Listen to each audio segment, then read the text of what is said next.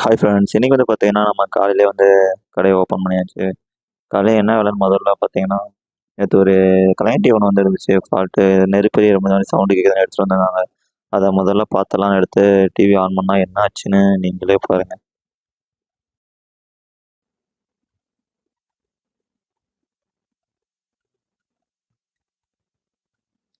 அதில வந்து பார்த்தீங்கன்னா, இந்த டிவி வந்து டியூப் மாத்த சொல்லியிருக்காங்க.